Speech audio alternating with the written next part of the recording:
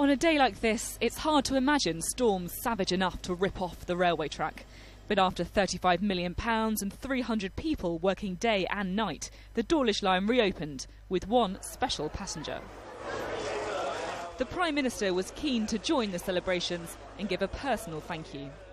It has been a Herculean effort, 56 days and 56 nights. The Prime Minister has said that money is no object in repairing the flood damage, and today he promised more rail investment is on its way. This government is spending more on the railways than at any time since the Victorians. Here in the southwest, we've invested £900 million in road and rail schemes in this Parliament. Obviously, we've got massive investment in the rest of the country. But the locals are still worried. John Gay, who runs a cream tea shop, feels it's only a matter of time until it happens again. It is vulnerable, and I think more needs to be done to protect it for the future, and I think perhaps that hasn't been done well enough in the past, and it definitely needs to be looked into. In February, the seawall was breached, breaking the key artery to the rest of the country. It cost the southwest economy up to £1 billion and hit 3 in 4 businesses. It's easy to see why the government was so keen to get this track fixed.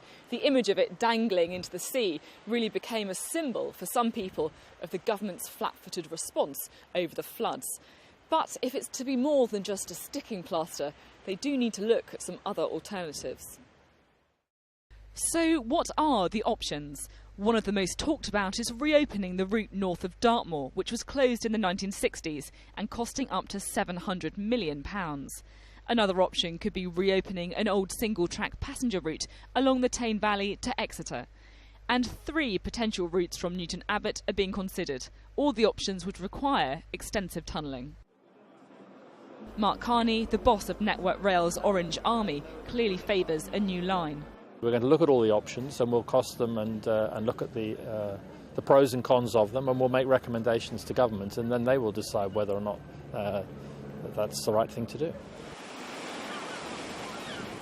Network Rail say a report into the options will be on the Transport Secretary's desk in June.